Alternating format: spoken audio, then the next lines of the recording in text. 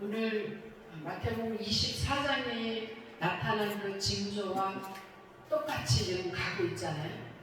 그런데 믿는 성도들의 삶이나 믿는 성도들의 의식이나 사고의 이런 모든 것들은 전혀 변하지 않고 있다는 것. 그것이 오늘날 믿는 성도들의 그 영적인 상태를 보여주는 거 아닌가, 그런 생각이 들어요. 저도 날마다 이렇게 깨어 있어서 막 날마다 성령 충만해가지고 막 이런 건 아니지만, 성경을 볼 때마다 하나님이 이 시대의 그 징조를 분명하고 정확하게 말씀하셨는데 거기에 내 신앙이 따라가지 못하는 것을 좀 보면서 참 마음이 좀 씁쓸할 때가 있습니다. 여러분, 성경 66권에서 구약은 오실 메시아에 대해서 예언해주고 있죠. 그리고 신약은 오신 예수 그리스도에 대해서 말씀을 하고 있어요. 근데 그 예수님의 십자가의 사건을 믿는 사람마다 소망이 있는 것은 뭘까요? 바로 부활이잖아요. 그래서 기독교는 부활의 신앙을 가지고 있어서, 그러면 부활이 있다는 것은 뭐가 있을까요? 심판이 있다는 거잖아요. 부활이 있다는 것은 심판이 있다는 건데, 장차 심판주로 임하실 그 예수님이 모든 민족의 모든 사람들을 구분해서 심판하시려면 무슨 심판의 기준이 있겠죠?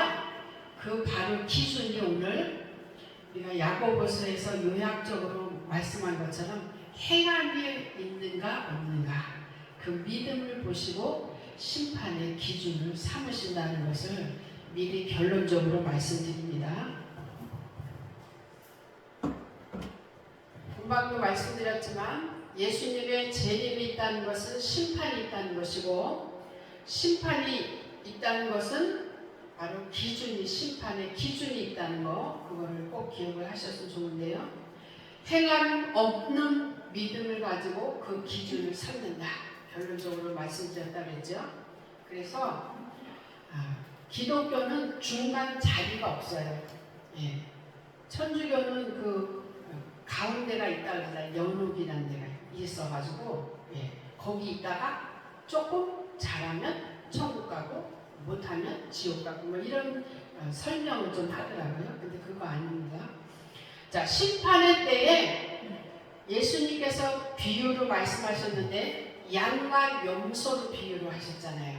그래서 오른쪽은 양, 왼쪽은 염소, 이렇게 이제 비유를 하셨는데요. 자, 심판의 대상은 누굴까요?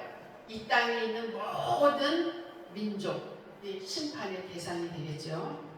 자, 그럼 이제 오른편에 있는 사람을 한번 생각해 볼 텐데요. 오른편에 있는 사람은 어떤 사람이라고요? 양과 같은 사람. 양과 같은 사람인데, 오늘 그 요엘서나 스가랴서에 있는 내용을 보면요, 심판에 주로 오신 것을 예언했고, 만왕에 주로 오실 것을 예언을 했고요, 심판의 주도권을 가지고 있는 분이 예수님이라고 말씀하고 있어요. 예수님이 심판주로 오실 거라고. 자, 결국요, 하나님께 복받을 자들, 그리고 창세로부터 예비된 나라를 상속받을 사람들이 바로 오른편에 있는 사람들이라는 거죠. 결국 구원받은 우리들은 결국 이제 상급의 차이가 이제 있겠죠. 우리가 이제 하늘나라에 가게 되면은. 근데 그 예비된 하나님 나라를 우리가 상속을 받은 사람인데, 여기에 보면요, 행한 일이 있대요. 오른편에 있는 사람들이 행한 일이 있는데, 그게 뭐냐면 줄일 때 먹을 것을 주었고, 헐벗었을 때 옷을 입혔고, 병들었을 때 돌보았고, 옥에 갇혔을 때 와서 돌아왔다 그랬어요. 하필 왜 이걸로 비유를 하셨을까? 이제 찾아보니까요, 그 당시의 시대상의 문제점이 뭐냐면 의식주의 문제가 컸대요. 뭐든지 이 기록한 그 시대의 상황에 맞게 이제 예수님이 기록해 놓으신 거잖아요. 사람들을 통해서. 그때는 굉장히 채무의 그 중한 그 무게감이 너무 컸대요. 그래서 과중한 채무가 있어가지고 사람들이 살기가 어려웠나 봐요. 그리고 질병도 막 별의별 질병이 많아가지고, 그리고 질병에 허덕이는 사람들도 너무 많이 있었고, 그 다음에 복음을, 예수님을 믿는 사람들, 정말 하나님을 믿는 사람들에 대한 핍박이 굉장했대요. 그러니까 맨날 잡혀가는 거지. 감옥에 가가지고 툭 하면 예수님을 전하기만 하면, 하나님을 전하기만 하면 감옥에 갇히는 그런 시대적인 어수선한, 시대적으로 어려운 그런 상황들이 있었대요. 근데 보면요, 야고보서의 2장의 20절에서 26절에 보면 행함이 없는 믿음은 죽은 믿음이다 그랬잖아요. 반드시 우리가 정말 저 사람 진짜야? 진짜 그리스도인이야? 그걸 알려면 열매를 보고 안다 그러잖아요. 열매라는 건 곧 뭐예요? 행함으로 드러나는 걸 보고 저 사람을 판단을 하잖아요. 아브라함이 이삭을 바쳤을 때 그 믿음을 온전한 믿음이라고 말씀하셨잖아요. 그 야고보서에도요. 행함이 없는 믿음은 죽은 것이다. 이삭을 바쳤을 때 하나님이 아브라함을 벗이라고 칭했잖아요. 내 친구라고 하나님이요. 자, 고난당하고 굶주리고 질병에 시달리는 사람들에 대한 선행을 행함이 있는 믿음으로 봤다는 거죠. 그것이 심판의 기준이 되기도 했고요. 그래서 우리가 믿음으로 구원받지만 행함이 전혀 따라주지 않는 것은 하나님 앞에 책망받을 사람이라는 거. 그걸 꼭 기억을 하시면 되겠고요. 자, 40절에 보니까요. 내가 진실로 너희에게 이르노니 너희가 여기 내 형제 중에 지극히 작은 자 하나에게 한 것이 곧 하나님에게 한 거다. 예수님에게 한 거다. 그런 내용이 나오잖아요. 여기서 작은 자는 누굴까요? 고난당한 자, 어린아이와 같은 자, 과부와 같은 자, 어렵고 힘들고 많은 질병에 허덕이는 그런 사람들, 다 작은 아이로 이제 보는 거예요. 그렇다면 이 작은 자 하나에게 하는 것을 우리가 선행으로 볼 수가 있죠. 그리고 조그만한 관심과 배려, 이런 것들도 하나님께서 인정해 주시는 거예요. 사실요, 아파트 문화에서는 옆집이 누군지도 잘 모르고, 제가 이사를 갔는데 그 앞집이 사람이 안 사는 것 같아요. 그래서 어제 오는데 통장님이 전화 왔길래 물어봤더니 통장도 모르더라고. 그러니까 앞집에 누가 사는지도 모르고, 네. 그리고 대면대면 하잖아요. 같은 층에 살아도 대면대면. 지금 딱 이사 가가지고 두 사람하고 지금 이제 텄거든요. 얼굴을. 아니, 세 분하고 텄구나. 예. 그러니까 지금은 나밖에 모르고 내가 기준이 되어져서 나 외에는 오히려 신경을 쓰는 것이 더 이상한 사람이 되는 얘가 너무나도 많아요. 왜 남의 일에 챙겼냐 막 이러고. 예. 그리고 불보듯 그냥 보기만 하고. 그 사람에 대한 관심과 배려, 이런 것에 우리가 너무 미숙한 그런 사람들이라는 생각이 들어요. 자, 예수님께서 정말 호화로운 그런 삶을 사실 수도 있는 분이었지만 결국은 이 땅에 내려오신 건 뭐예요? 이렇게 작은 자 하나를 위해서 십자가에 달려 돌아가셨잖아요. 거기에는 그 작은 자에는 작은 자가 우리라고 할지는 아니더라도 우리의 연약한 부분들을 담당하시기 위해서, 우리가 해결할 수 없는 죄의 문제, 죽음의 문제, 마귀의 문제를 해결하기 위해서 이 땅에 오신 그분이 많은 사람들, 고난당하는 사람들의 슬픔과 그 고통에 참여하신 그 예수님이 바로 우리의 진정한 우리의 삶의 리드자가 되시잖아요. 근데 예수님 스스로가 그 고난받는 자들의 이웃이 되어 주셨잖아요. 친히 그 사람의 보호자가 되시고 지지자가 되셨듯이 우리도 우리 주변에 어려움 당하는 사람들에 대해서 우리가 좀 마음으로든 또 말로든 우리의 삶으로든 우리가 보여줘야 된다는 것, 그런 생각을 해봤고요. 그 다음에 이제 두 번째, 왼편에 있는 사람을 생각을 해봐야 되죠. 이 왼편에 있는 사람들, 염소 같은 사람들을 말하는 건데요. 왼편에 있는 사람들이 하나님으로부터 영광을 받는 그 이유가 있잖아요. 왜 그럴까요?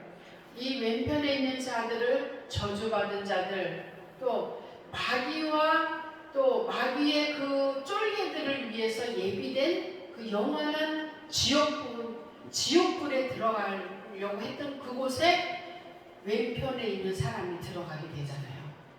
같이 들어가게 되는 거예요. 저는 그 사우나 별로 안 좋아하거든요. 그 뜨거운 물에 들어갈 때마다 지옥을 생각할 때가 한두 번이 아니에요.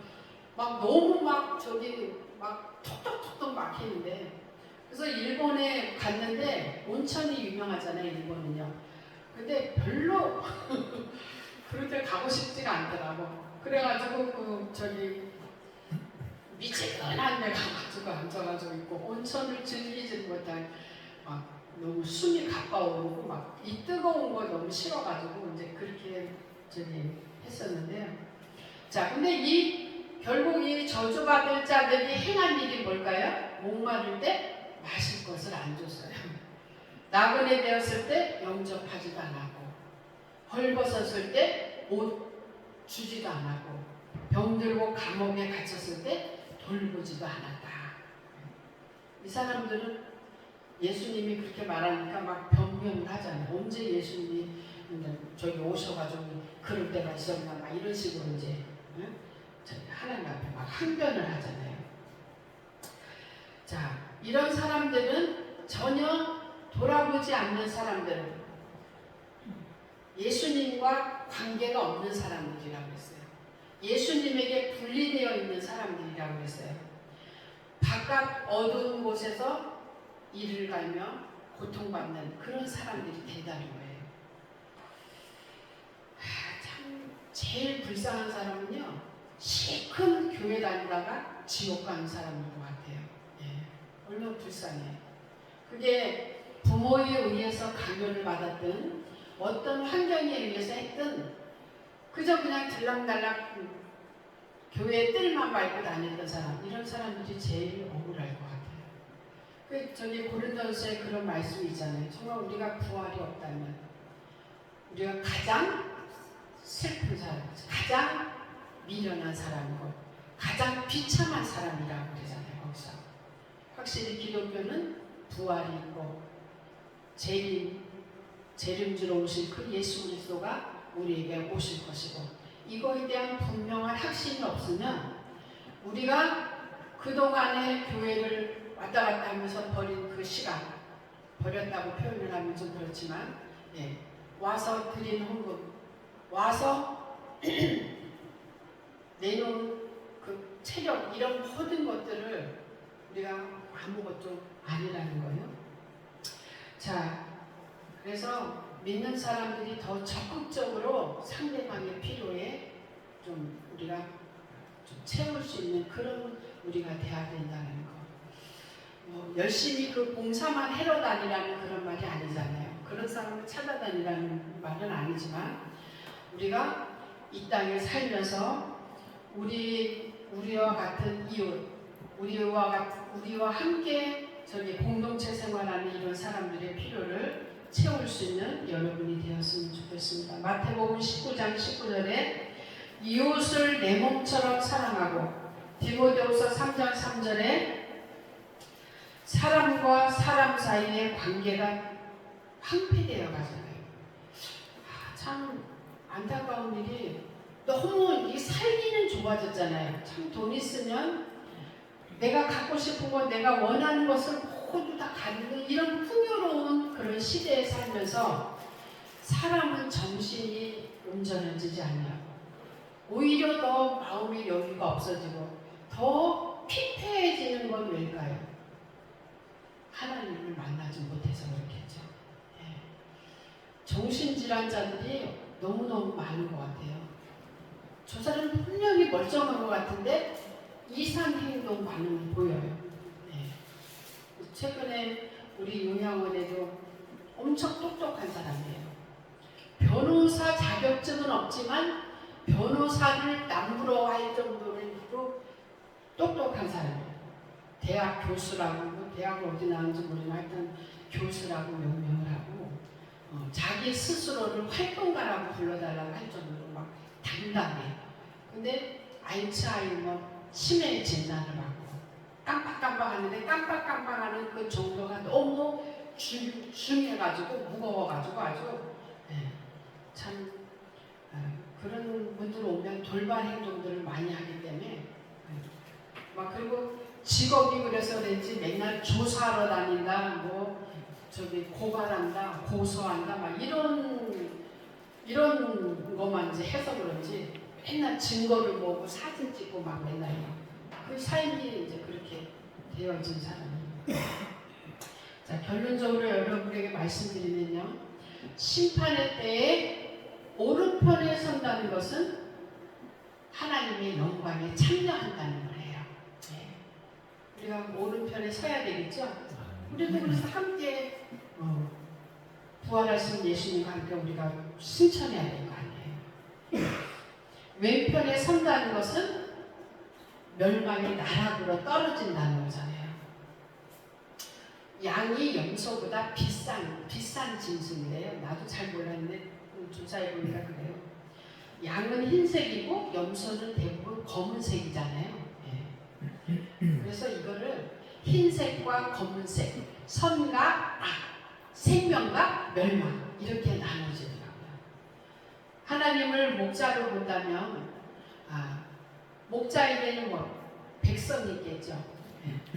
하나님의 백성을 양떼로 보는 것이 유목민들의 사고라 그러더라고요. 유목민들은 목자를 하나님으로 그리고 양을 그의 백성으로 이렇게 생각을 한대요. 염소는 풀밭을 아예 못쓰게 만든다 그러더라고요. 나무를 상하게 해가지고 초목을 죽게 만든대요. 꼭 해는 짓이 염소 같지요. 네. 그러니까 그렇게 비유를 하신 것 같아요. 참 예수님은 비유의 말씀도 쉽게 잘 하시는 것 같아요. 그래서 염소를 불의한 짐승으로 말씀하셨고요. 자, 양과 염소는요, 낮에 풀을 뜯을 때 구분이 없대요. 예. 근데 밤에 그게 드러난대요. 막 춥고 이러면 그럴 때는요, 이제 양은 추위에 엄청 강해가지고 혼자서도 잘 자는데 염소는 혼자서도 못 자나 봐요. 추위에 약해가지고 따뜻한 곳에서 재워야지 되는데 염소는 사람도 힘들고 어렵고 막 아주 그런 거친 데서 막 그렇게 한 사람은 굉장히 강하죠. 독립적이고 난 이북 여성들이 보면 굉장히 독립적인 것 같아요. 막 강하고. 근데 요즘 이제 뭐 자꾸 외동아들, 뭐 외동딸 막 이러면 걔네들은 막 숫기도 없고 조금 나약하고 보호 본능이 많아가지고 그래가지고 막 별로 인식이 안 좋더라고요. 근데 좀 속으로는 기분이 나쁘더라고. 우리 아들은 안 그런데 이렇게 좀 그러긴 했는데 예.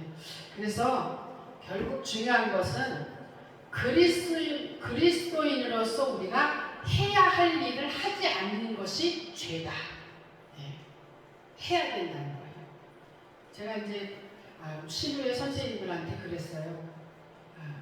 하나님이 이 현장에 부르신 이유가 뭐냐.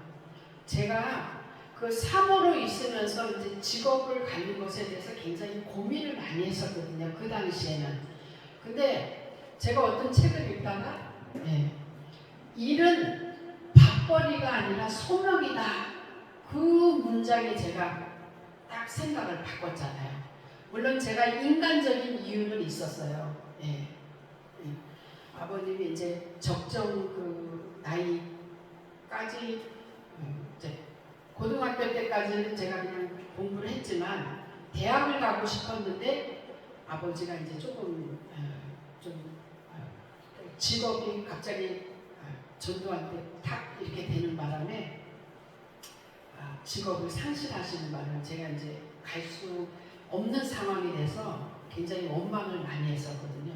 그러니까 제가 왜 이쪽으로 빠졌는지는 모르지만 하여간 그래서 나는 자식들한테는 최선을 다해서 좀 이렇게 해야 되겠다 그런 마음들이 저에게 또 있었고, 그리고 제가 일을 할 수 있는데 가만히 사보라고 해서 바라고 후원만 받고 이렇게 하는 그런 삶을 제가 원하지 않았기 때문에 이제 그렇게 됐는데 그게 중요한 게 아니고 해야 할 바를 하지 않는 것이 하나님 앞에는 죄다.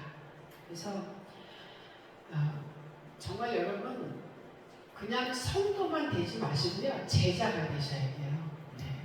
끝까지 주님을 따르는 그런 제자가 돼야 되지, 그냥 내가 하나만 그냥 편하자고 주님만 딸랑 그냥 예배드리고 그냥 집에 가는 성도들이 얼마나 많은지 몰라요.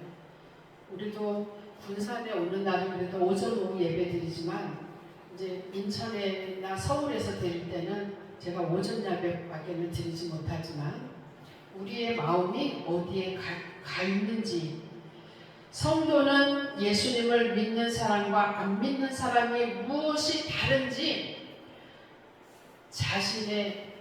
내 자신의 모든 것을 동원해서 나타내야 된다는 거예요.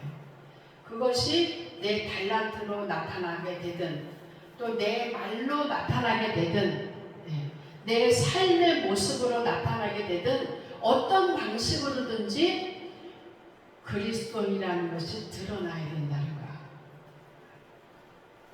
빛의 역할을 해야 된다는 것, 소금의 역할을 감당해야 된다는 것, 이것이 오늘 본문의 말씀의 강조점이라는 그런 생각이 좀 듭니다. 그래서 여러분 우리가 소돔 고모라를 보면서 정말 지옥은 있구나, 영원한 형벌의 거울이 된다고 그랬잖아요. 소돔과 고모라, 그렇게 멸망당할 이 세상을 우리에게 말씀을 통해서 보여주신 거잖아요. 반드시 우리는 하늘나라에 갈 수 있는 그런 소망을 가지고 있는 사람들이라는 걸 꼭 기억을 하시고, 재림주 그 예수님, 마라나타 되신 그 예수님, 주 예수님 오시옵소서 라는 그런 재림 신앙 고백을 여러분이 하실 수 있는 모든 분들이 다 되었으면 좋겠습니다. 기도하겠습니다. 아버지 하나님, 이웃을 내 몸처럼 사랑하라